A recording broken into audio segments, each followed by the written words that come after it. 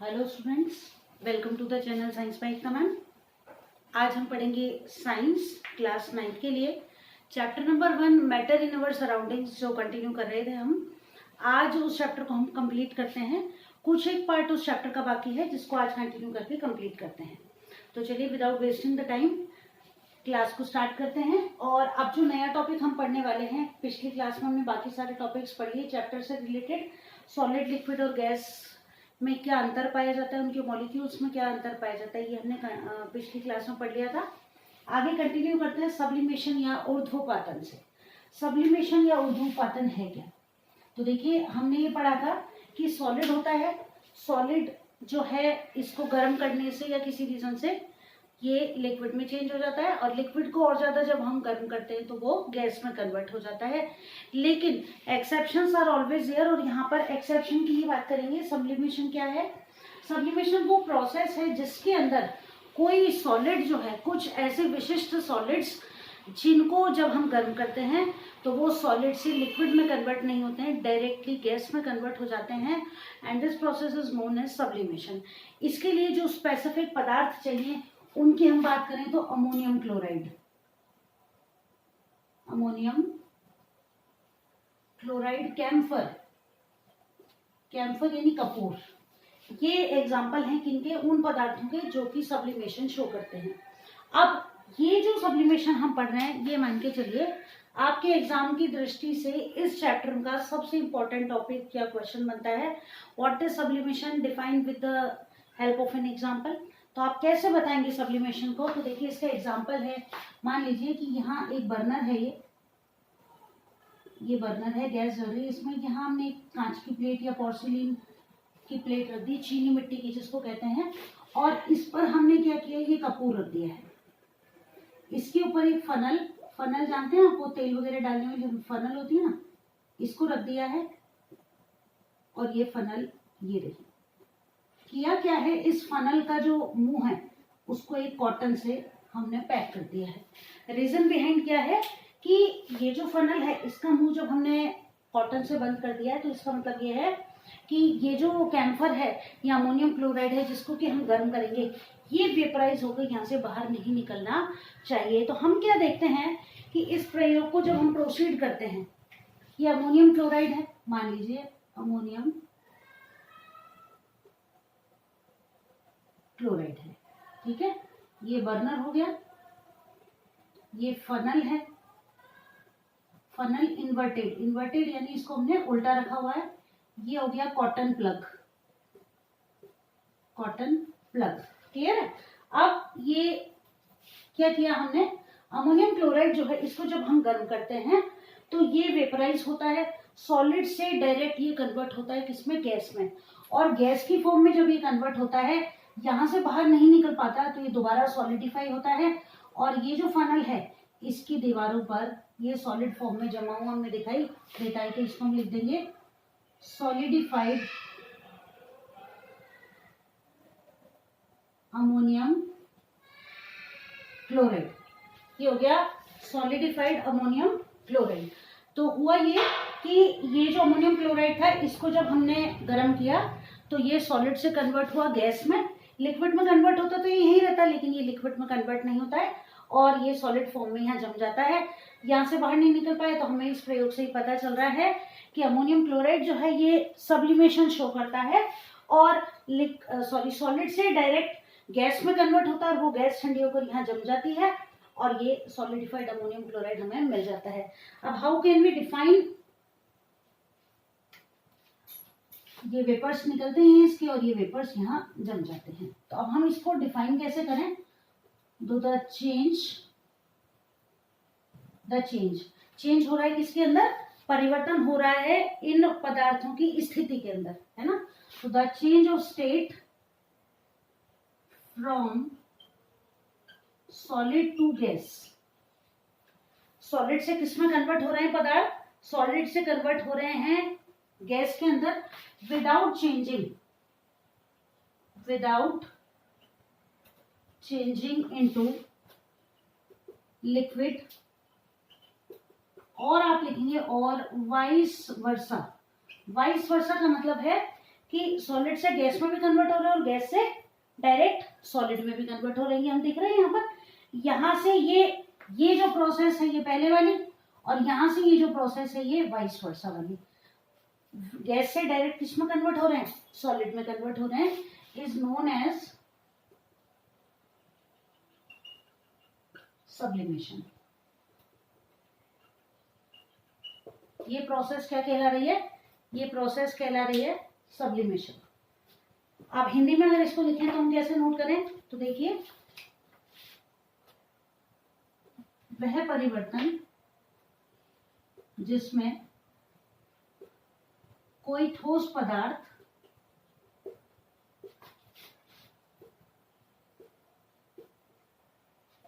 पदार्थ सीधे ही, या इसको ऐसे लिखिए, कोई ठोस पदार्थ कॉमा द्रव अवस्था में परिवर्तित हुए बिना, द्रव अवस्था में परिवर्तित हुए बिना सीधे ही गैसीय अवस्था में बदल जाता है,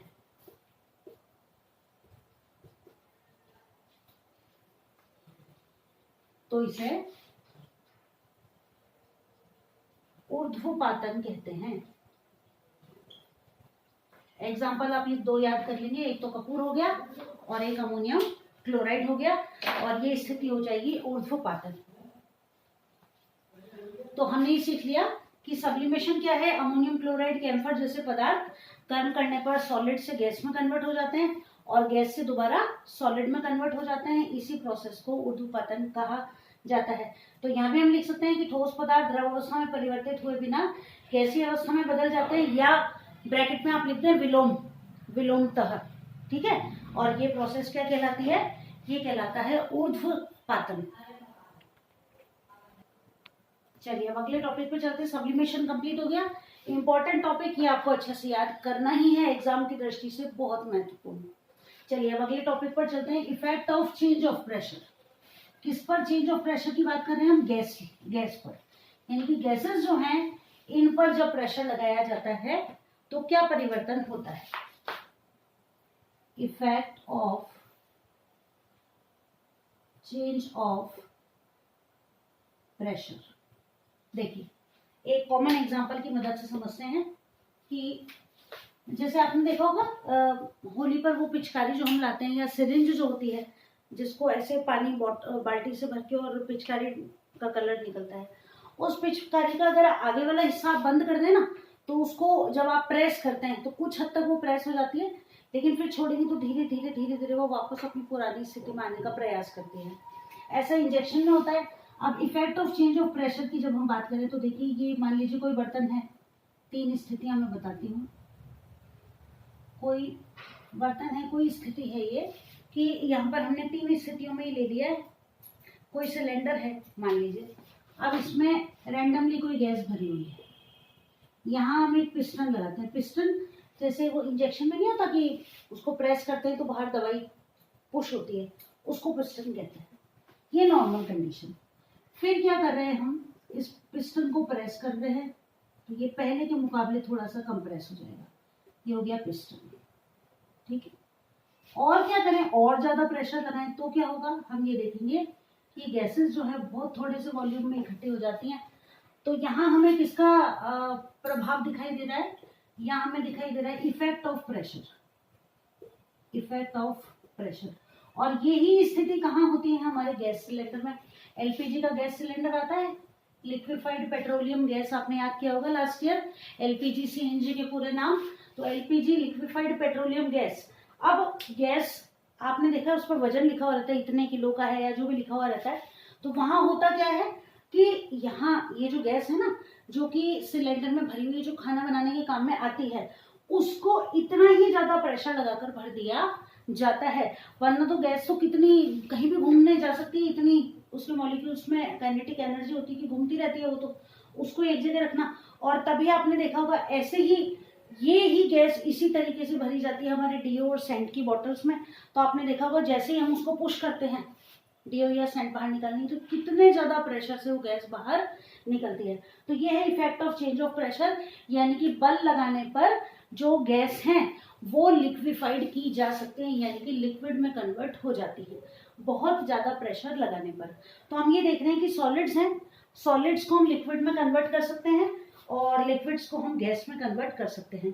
सॉलिड जो है इनका फ्यूजन कर दें अगर तो ये लिक्विड में कन्वर्ट हो जाएंगे, और लिक्विड्स जो होते हैं इनको जब हम कुछ प्रोसेस के थ्रू, मान लीजिए वेपराइजेशन के थ्रू, किस में कन्वर्ट कर सकते हैं, गैस में कन्वर्ट कर सकते हैं। ये हो गया effect of change of pressure. अब हम चलते हैं अगले टॉपिक पर जो कि है इवेपोरेशन। क्या है इवेपोरेशन? इवेपोरेशन को हम लिखते हैं वाष्पीकरण। इवेपोरेशन या वाष्पीकरण। वाष्पीकरण एज द नेम सजेस्ट, वाष्प में परिवर्तित कर रहे हैं। वाष्प, वाष्प यानी कि वेपर के अंदर। तो इसमें किया क्या जा रहा है, द इफेक्ट ऑफ चेंज, प्रभाव पड़ रहा है और चेंज किया जा रहा है ऑफ अ लिक्विड इनटू, किस में कन्वर्ट किया जाएगा, वेपर। तो एक लिक्विड को किस में कन्वर्ट किया जा रहा है, वेपर में कन्वर्ट किया जा रहा है at any temperature, at any temperature, किसी भी टेम्परेचर पर, बिलो इट्स बॉइलिंग पॉइंट, इतना गर्म नहीं कर रहे हैं कि वो बॉइल होकर वेपर में कन्वर्ट हो जाए, below its boiling point, boiling point is known as evaporation.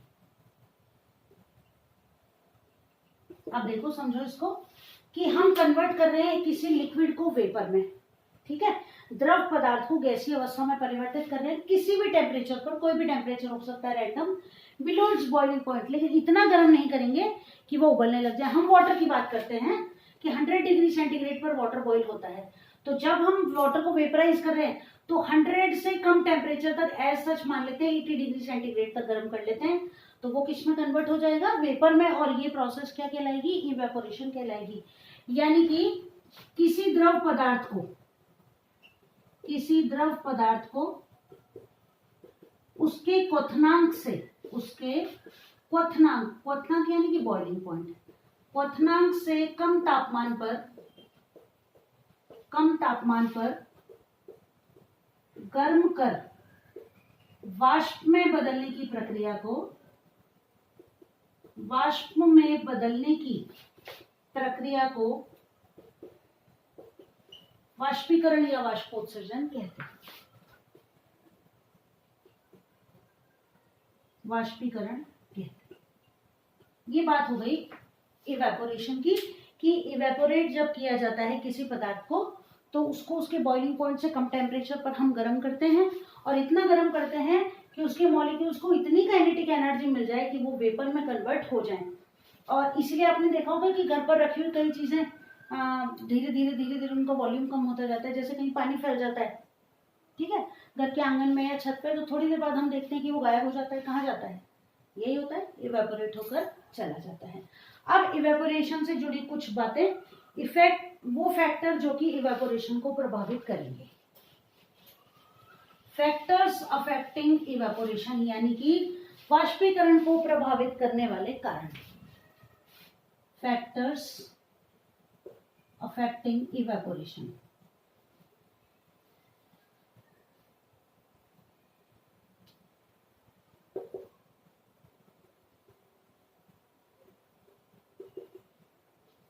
अब ये इवेपोरेशन किस किस चीज से प्रभावित होगा, तो एक एग्जांपल की बात करते हैं, सरफेस एरिया। हिंदी में आप इसको लिखेंगे पृष्ठीय क्षेत्र। अब एक एग्जांपल मैं आपको समझाऊं, जैसे कि कोई कपड़ा है गीला, कोई टॉवल है या बेडशीट है मान लीजिए, उसको हमने अच्छे से तह करके और धूप में रख दिया, एक कंडीशन। और दूसरा, वैसी ही सेम एक चादर या टॉवल ले ली और उसको अच्छे से झाड़कर हमने तार पर सुखा दिया। तो ये बताओ कौन सा पहले सूखेगा, फर्स्ट या सेकंड? सेकंड वाला सूखेगा। क्यों सूखेगा? क्योंकि हम ये कहेंगे कि वो अच्छे से खुला हुआ है ना। जिसकी तह करके रख दिया है या जिसको पैक करके रख रखा है वो एयर के कांटेक्ट में केवल उतने ही हिस्से तक आ पाएगा जहां तक कि वो खुला हुआ है। बंद जो हिस्से हैं वो लेयर्स आ जाएंगे और उनके अंदर से इवेपोरेशन हो पाना पॉसिबल नहीं होगा। यानी कि हम ये कहेंगे कि सरफेस एरिया जो है ये डायरेक्टली प्रोपोर्शनल है किसके, इवेपोरेशन की। डायरेक्टली प्रोपोर्शनल का क्या मतलब है कि सरफेस एरिया बढ़ेगा तो इवेपोरेशन भी बढ़ जाएगा, सरफेस एरिया कम होगा तो इवेपोरेशन भी कम हो जाएगा। तो जैसे कि हम इसका एग्जांपल ले लें, कपड़े हम तार पर सुखाते हैं अच्छे से झाड़कर फैलाकर उनके सल वगैरह निकालकर, वो इसी वजह से अगर ऐसा नहीं करें तो कपड़ों को सूखने में काफी समय लग जाए। ये इसका एग्जांपल हो गया। अगली बात करते हैं सरफेस एरिया के बाद increase in the temperature. Increase in temperature यानी कि तापमान में वृद्धि। चलो लगाओ दिमाग, बताओ कि टेम्परेचर बढ़ने पर इवेपोरेशन पर क्या प्रभाव पड़ेगा। ऑब्वियसली बढ़ जाएगा। टेम्परेचर देखो, गर्मियों की बात करते हैं अपन कि गर्मियों में हमने छत पर 2 बाल्टी पानी डाला, ठीक है, और वही पानी बारिश के टाइम पर छत पर डाला तो कौन सा वाला सूखेगा, ऑब्वियसली ये सूखेगा ना। सर्दियों में और बारिश के टाइम क्या होगा, टेम्परेचर कम होगा और गर्मियों में टेम्परेचर काफी ज्यादा होगा। यानी कि टेम्परेचर बढ़ने पर भी इवेपोरेशन बढ़ता है। तो हम ये लिख सकते हैं कि इंक्रीज इन टेम्परेचर भी डायरेक्टली प्रोपोर्शनल है किसके, इवेपोरेशन के। जितना ज्यादा टेम्परेचर होगा उतना ही जल्दी इवेपोरेशन होगा। और इसका एग्जांपल देखें तो कपड़े सूखने का देख लो कि सर्दियों में कपड़े सुबह से शाम तक में सूखते हैं और गर्मियों में विद इन 1 to 1.5 आवर, 1 से 1.5 घंटे में कपड़े अच्छे से सूख जाते हैं। ये इसका एग्जांपल हो गया। पहली बात हो गई। दूसरी बात क्लियर हो गई कि वाष्पीकरण किस तरह से टेम्परेचर और सरफेस एरिया पर डिपेंड करता है। इसके बाद हम बात करते हैं decrease in the humidity. Decrease in humidity, humidity समझते हैं, इसको कहते हैं आर्द्रता। आर्द्रता में कमी। आर्द्रता जानते हैं क्या होती है, humidity, amount of water present in the air, यानी कि वातावरण में उपस्थित जो जल की मात्रा है हवा में वो कहलाती है ह्यूमिडिटी। अब देखो ह्यूमिडिटी की जब हम बात करें तो सबसे ज्यादा ह्यूमिडिटी कब होगी, एयर में मॉइस्चर सबसे ज्यादा कब होता है, बारिश के दिनों में, इसीलिए कपड़े देर से सूखते हैं। तो ह्यूमिडिटी के अंदर कमी लाने पर क्या होगा, इवेपोरेशन बढ़ेगा। ह्यूमिडिटी अगर बढ़ेगी तो इवेपोरेशन कम होगा, क्योंकि जैसे बारिश के दिनों में क्या होगा, वातावरण में नमी होगी, कपड़े देर से सूखेंगे। लेकिन ह्यूमिडिटी कम हो रही है, इसका मतलब टेम्परेचर बढ़ेगा और क्या होगा, इवेपोरेशन बढ़ेगा। तो डिक्रीज इन ह्यूमिडिटी भी किसके डायरेक्टली प्रोपोर्शनल हो जाएगी, इवेपोरेशन के। ह्यूमिडिटी कम होने का मतलब है इवेपोरेशन बढ़ेगा और ह्यूमिडिटी बढ़ने का मतलब है इवेपोरेशन क्या होगा, हाँ, तो ह्यूमिडिटी कम होने से इवेपोरेशन बढ़ेगा और ह्यूमिडिटी कम होने से इवेपोरेशन बढ़ जाएगा। तो डिक्रीज इन ह्यूमिडिटी से इवेपोरेशन क्या होगा, बढ़ जाएगा। तो ये कैसे हो जाएगा, 1 बाय इवेपोरेशन हो जाएगा। ये इसके इनडायरेक्टली प्रोपोर्शनल हो जाएगा। ये कम होगा तो ये बढ़ेगा और ये बढ़ेगा तो ये कम हो जाएगा। तो इसको हम कम कर रहे हैं और ये बढ़ रहा है, तो ये एक दूसरे के वाइस वर्सा हो गए। वाइस वर्सा मतलब एक दूसरे के अपोजिट हो जाएंगे। और लास्ट पॉइंट की जब हम बात करें, increase in the wind speed. Increase in wind speed, वायु गति, गति में वृद्धि। हवा तेज चलेगी, इवेपोरेशन ज्यादा होगा, और हवा कम होगी तो इवेपोरेशन क्या होगा, भाई हवा तेज चलेगी इवेपोरेशन बढ़ेगा, एयर जल्दी जल्दी पास आउट होगी, उस एयर को जिसमें कि मॉइस्चर है उसको लेकर जल्दी चली जाएगी। इवेपोरेशन इस स्थिति में क्या होगा, बढ़ जाएगा। और विंड स्पीड कम होगी तो इवेपोरेशन भी क्या होगा, कम होगा। तो ये डायरेक्टली प्रोपोर्शनल होगा किसके, इवेपोरेशन के। क्लियर है।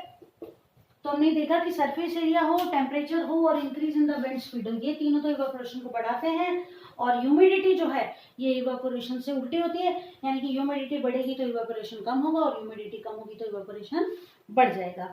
ये क्लियर हो गया हमारा टॉपिक कौन सा, इवेपोरेशन। और अब अगली हम बात करें कि इवेपोरेशन जो है इससे हमको कूल कूल यानी ठंडा कैसे फील होता है। इसके एक आध एग्जांपल जो हमको दे रखे हैं।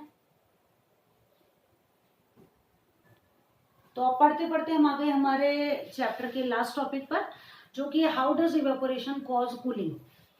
इवेपोरेशन से कूलिंग कैसे होती है। पहले एग्जांपल की बात करें तो एसीटोन, एसीटोन थिनर जानते हो आप लोग, गर्ल्स जानती होंगी कि जब हम नेल पॉलिश रिमूवर की बात करते हैं, नेल पॉलिश रिमूवर जो होता है ना, इसको जब नेल्स पर नेल पेंट को रिमूव करने के लिए लगाया जाता है, तो जैसे एयर के कांटेक्ट में आते हैं हमारे नेल्स, वैसे वैसे हमें ठंडा फील होता है इस पर। तो होता ये एसीटोन जो है उसमें अल्कोहल है और कोई इवेपोरेट होता है, जिसकी वजह से हमें ठंडा फील होता है। दूसरी बात करें कि गर्मी के दिनों में लोग छत पर क्या करते हैं कि छत पर जब जाते हैं ना, दिन भर में छत काफी गर्म हो जाती है। मान लीजिए कि छत पर सोना है या थोड़ी बहुत देर घूमने के हिसाब से जाते हैं, तो छत पर 1-2 बाल्टी पानी डाल दिया जाता है। क्यों डाला जाता है, क्या रीजन होता है उसके पीछे? उसके पीछे रीजन ये होता है कि छत पर जब हम पानी डाल दें ना, तो जो हमारी छत है वो थोड़ी सी ठंडी हो जाती है। उसके पीछे रीजन क्या होता है कि लेटेंट हीट ऑफ वेपराइजेशन, किसकी? वाटर की। ये क्या करती है कि छत की जो सरफेस है काफी ज्यादा गर्म है, उसको क्या करती है, उसको मदद करती है ठंडी होने के लिए। तो जब हम छत पर पानी डालते हैं तो latent heat of vaporisation of water helps in decreasing the temperature of the surface of the roof. यानी कि जो ये गुप्त ऊष्मा है किसकी? वेपराइजेशन यानी कि वाष्पीकरण की। ये क्या करती है, छत की जो सरफेस है उसको ठंडा करने में हमारी मदद करती है। और जो क्वेश्चन आपसे पूछे जाते हैं एग्जाम में, उनकी बात करते हैं कि why do we wear cotton clothes in summer. ये आ गया क्वेश्चन हमारा, ये क्वेश्चन पूछे जाते हैं एग्जाम में, कॉटन क्लोथ्स इन समर। पढ़ा होगा आपने भी कि ऐसे आए क्वेश्चन कि Rohan wants to buy new clothes for him as a friend, what will you suggest, कि आप उसको क्या सजेस्ट करेंगे कि which type of cloth he should purchase. गर्मियों के दिन है और आपका कोई भी फ्रेंड है वो कपड़े खरीदने जा रहा है, तो आप उसको कौन से कपड़े जो हैं वो खरीदने के लिए सजेस्ट करेंगे। आप या क्वेश्चन आ गया कि गर्मियों में हमें सूती कपड़े क्यों पहनने चाहिए, why should we wear cotton clothes in summer. तो अब देखो यहाँ बात क्या है कि कॉटन क्लोथ्स जो होते हैं ना, ये हमारे पसीने को सोख लेते हैं, है ना, दे इवेपोरेट स्वेट। अब क्या होगा, पसीने को सोखेंगे, उससे क्या होगा, कपड़ा जो है वो गीला हो जाएगा, और जब वो कपड़ा क्या होगा, एयर के कांटेक्ट में आएगा, तो वो जो कपड़ा गीला है वो क्या होगा, उसमें जो नमी है वो क्या होगी, इवेपोरेट होगी। और अभी अभी हमने पढ़ा कि इवेपोरेशन जब होगा तो सरफेस कैसी होगी, ठंडी। तो जहां जहां पसीने की वजह से हमारे कपड़े गीले हैं, वहां वहां भले ही गर्म हवा भी लग रही है, तो होगा क्या, हमारी बॉडी का टेम्परेचर कम होगा, हमें ठंडक फील होगी। So that's why we should wear cotton clothes in summer. तो कॉटन के कपड़े पहनने के पीछे यही रीजन होता है कि they absorb sweat very easily, ये हमारे पसीने को आसानी से सोख लेते हैं। व्हेन दिस क्या कहेंगे उसको, ये जो हमारा गीला कपड़ा है ना, ये एयर के कांटेक्ट में आएगा तो पानी इवेपोरेट होगा और हमारी बॉडी का टेम्परेचर डाउन होगा, जिसकी वजह से हमें गर्मी नहीं लगेगी। तो when this wet cloth comes in contact with the air evaporates and this helps to decrease our body temperature, so we will feel cool in summer। चलिए आगे चलते हैं। ये हो गया कि why should we wear cotton clothes in summer। उसके बाद एक क्वेश्चन और आता है कि वाटर ड्रॉपलेट्स वाला क्वेश्चन। वाटर ड्रॉपलेट्स आपने देखा होगा कि जब ठंडा पानी हमने कोल्ड ड्रिंक वगैरह किसी ग्लास में डाल देते हैं, तो होता क्या है कि थोड़ी देर बाद वो जो ग्लास की बाहरी सरफेस है ना, उस पर छोटी छोटी पानी की बूंदें इकट्ठी हो जाती है। क्या रीजन होता है उसके पीछे? तो उसके पीछे रीजन क्या है, देखो कि जो ग्लास है, ठीक है, जिसमें हमने कोल्ड ड्रिंक भर दिया, उसकी सरफेस तो हो गई अच्छे से ठंडी, लेकिन ग्लास के बाहर की जो एयर है वो तो गर्म है ना। अब वो एयर जब इस ठंडे ग्लास से टकराएगी तो क्या होगा, ठंडक मिलेगी उसको भी, और वो ठंडक कौन देगा, ग्लास की सरफेस। तो होगा ये कि ग्लास की सरफेस से टकराने पर जो ग्लास है वो किस में कन्वर्ट हो जाएगा, छोटी छोटी वाटर ड्रॉपलेट्स में कन्वर्ट हो जाएगा। ग्लास की जो एयर है जो कि काफी ठंडी है, वो वाटर ड्रॉपलेट्स में कन्वर्ट हो जाएगी और इससे क्या होगा कि ग्लास जो है वो ठंडा हो जाएगा और पानी जो एयर है वो उस ठंडक को लेकर किस में कन्वर्ट हो जाएगी, छोटी छोटी पानी की बूंदों में कन्वर्ट हो जाएगी, जिसकी वजह से वाटर ड्रॉपलेट्स जो है वो ग्लास की सरफेस पर हमें दिखाई देती हैं। तो देखो इस चैप्टर में से एक क्वेश्चन तो हमारा सब्लिमेशन वाला और एक क्वेश्चन वो कि आपको कन्वर्ट करना है एक तो डिग्री सेल्सियस को केल्विन में और एक केल्विन को कन्वर्ट करना है आपको डिग्री सेल्सियस में। याद है ना, केल्विन में जब भी आप कन्वर्ट करोगे +273 करना है आपको और सेल्सियस में जब भी कन्वर्ट करोगे -273 करना है।